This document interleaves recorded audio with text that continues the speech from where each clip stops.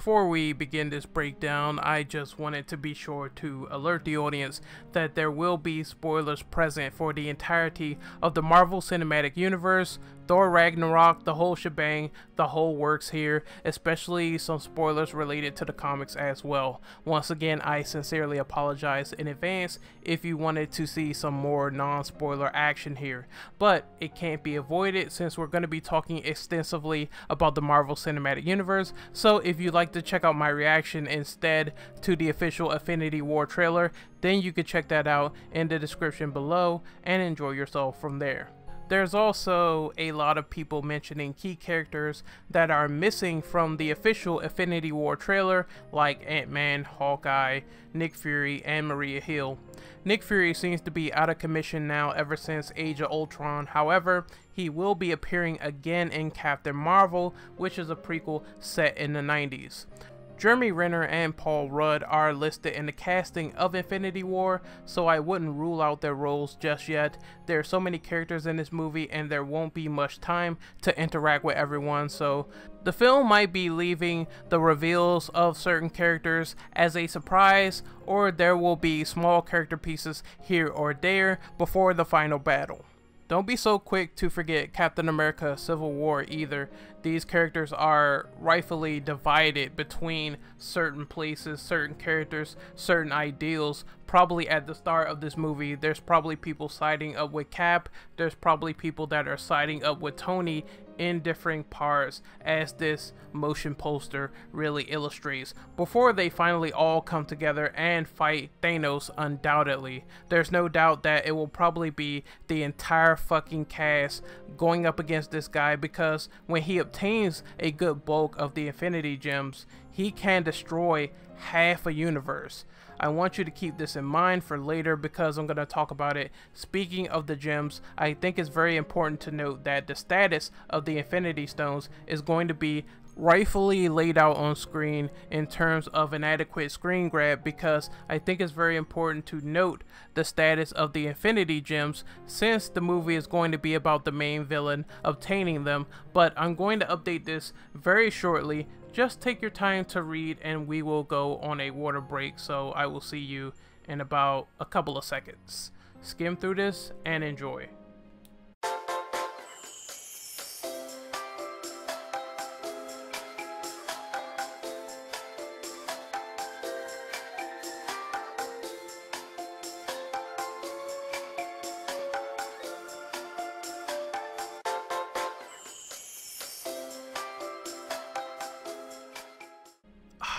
Now then, we're back refreshed. So there are some citations that need to be addressed here really quickly. First and foremost, the Tesseract is in Loki's possession at the end of Thor Ragnarok.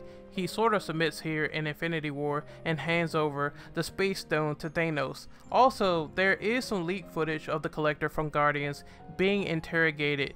It was cutting out the screen to black portions, so we couldn't see who exactly was interrogating the Collector, but we can only assume it's either Thanos or members of the Black Order doing his will. But anyway, the Reality Stone is possibly forked over in this very scene alone. Then there's the Soul Stone, which a lot of people are speculating that is either in Wakanda or it resides in the eyes of Heimdall, since he can see everything in air quotes. We'll see how it goes in the movie itself, but there's your pointless update on the possessions of the Infinity Stones. Let's break down that trailer right about now. There was an idea. Obvious throwback to the first Avengers movie where Nick Fury muttered this line. There was an idea, Stark knows this, called the Avengers Initiative. The idea was to bring together a group of remarkable people, see if they could become something more, see if they could work together when we needed them to fight battles we never could, although it's heavily abridged in this version. To bring together a group. Bruce Banner, aka the Hulk, is obviously waking up from a possible attack on Thor's fleet ship at the end of Thor Ragnarok. Thor being a fly on the windshield of the Milano, the fleet ship of the Guardians of the Galaxy that we saw glimpses of in the SDCC trailer, and the Hulk falling back to Earth is certainly due to that mysterious ship that was shown in the end credits of Thor Ragnarok, blowing them out of the water, most likely done by Thanos. There was that plot point in Thor Ragnarok where Banner felt like he was losing control of the ability to shift into the Hulk and back into Bruce Banner, but that seems to be debunked for the time being, considering that he is transformed into Bruce Banner. This newly shattered residence obviously belongs to Stephen Strange. With remarkable people. To see if we could become something more. Well, this is a weird scene to explain. So, Scarlet Witch is seen caressing a human version of the Vision. Not sure if this is a foreshadowing or a dream sequence, even though the Vision did humanize himself and a template of Wanda once in the comics. Maybe this is a little nod or a reference to Vision Volume 2, but I'll explain the rest later. So when they needed us, we could fight the battles.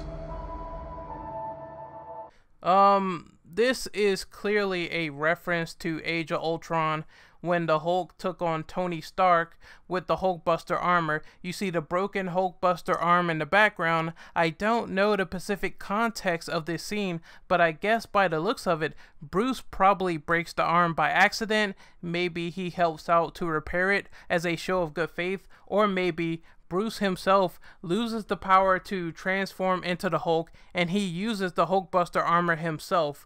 It could be that crazy, bro. And I know he transforms into the Hulk at the end of this trailer, but I'm just throwing out hypotheticals. What if he temporarily lost his powers and he had to rely on Stark? You never know. That they never could.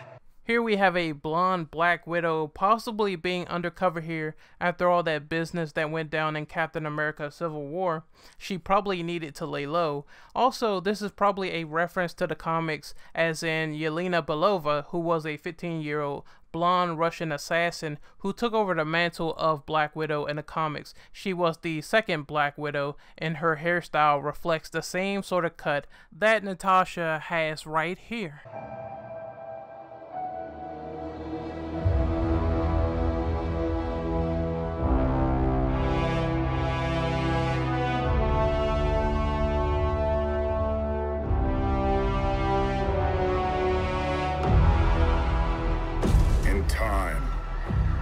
Know what it's like to lose. To feel so desperately that you're right. Spider-Sense is back. Yay! Because it was really, really weird seeing Peter get blown away by normal thugs in Spider-Man Homecoming and being caught off guard by Aunt May at the very end of the movie. Oh.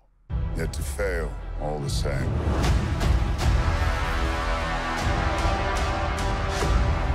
Dread it,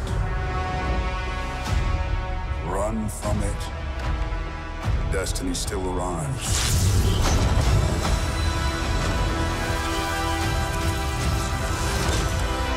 Just a little interjection, but I think people complained way too much about how Thanos looks. They keep saying, where is his armor? He doesn't look like the Mad Titan. He looks like a regular person with a wife beater. They explained already that Thanos is already way too powerful, so he doesn't need any armor. He doesn't need any protection at this point. He pretty much was bodying Tony Stark later in the trailer, so yeah. I don't think he needs any armor at all if he could take on Tony Stark, the Guardians of the Galaxy, Doctor Strange, and Spider-Man at the same time with little to no hassle.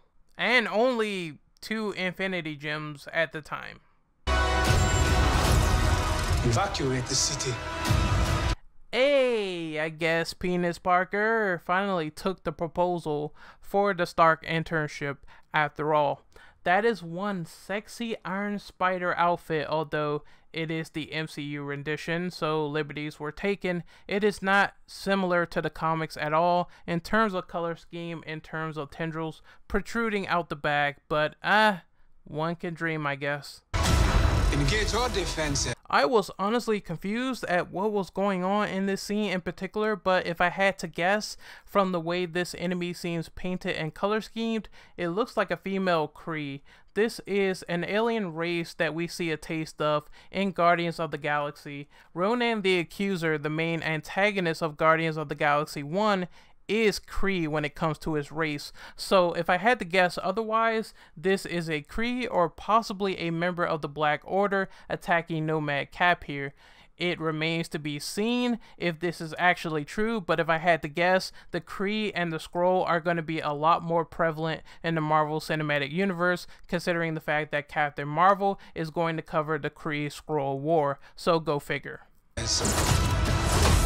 And to get this man a shield. T'Challa is king of Wakanda. Oh, spoilers for Black Panther coming out in February. Oops. Here's a close-up of Captain America with his beard, obviously taking a more nomadic approach and dropping the mantle of Captain America after Civil War. He went on the run, and Nomad is a character in the comics, and it refers to an alter ego of Steve Rogers, who completely gives up his faith in the American system after everything he believed in is dashed away completely.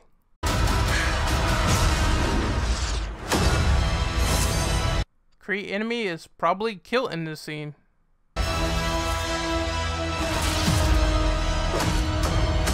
I guess if you're confused about these monsters attacking, then don't confuse them with the alien Chitauri that attacked for the Battle of New York.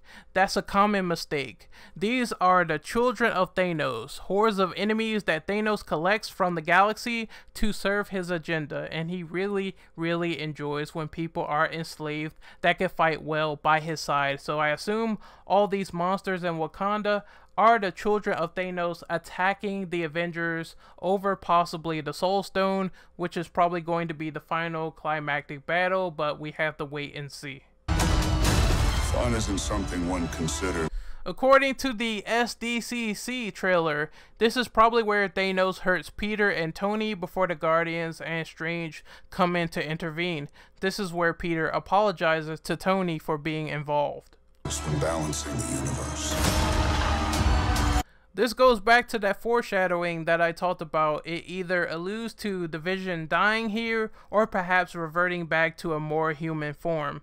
He has the stone still glowing in his head in the human scene, so it's still quite weird. Let's just see what happens in the full movie. But this does put a smile on my face. Thanos already owns the Space and Power Stone by the time of this scene. He can destroy portions of the universe once all 6 gems are in his possession, so people who are saying that there's no threat in this movie should really, sincerely think twice. Bucky is unfrozen, and he aids the Wakandans in the war against the children of Thanos. I said earlier that the Soul Stone could possibly exist here as well, so there might be a reason for all this fighting.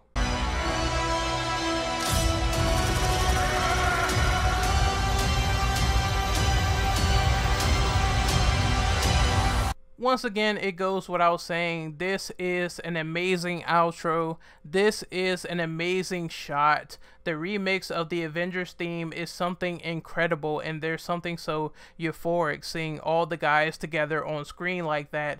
Brilliant job to end this trailer by Marvel. As I mentioned, there will be different forms of war, different forms of conflict going on in this movie, and I think that's the entire scene. Just a never-ending battle, and it's summed up here in a nutshell.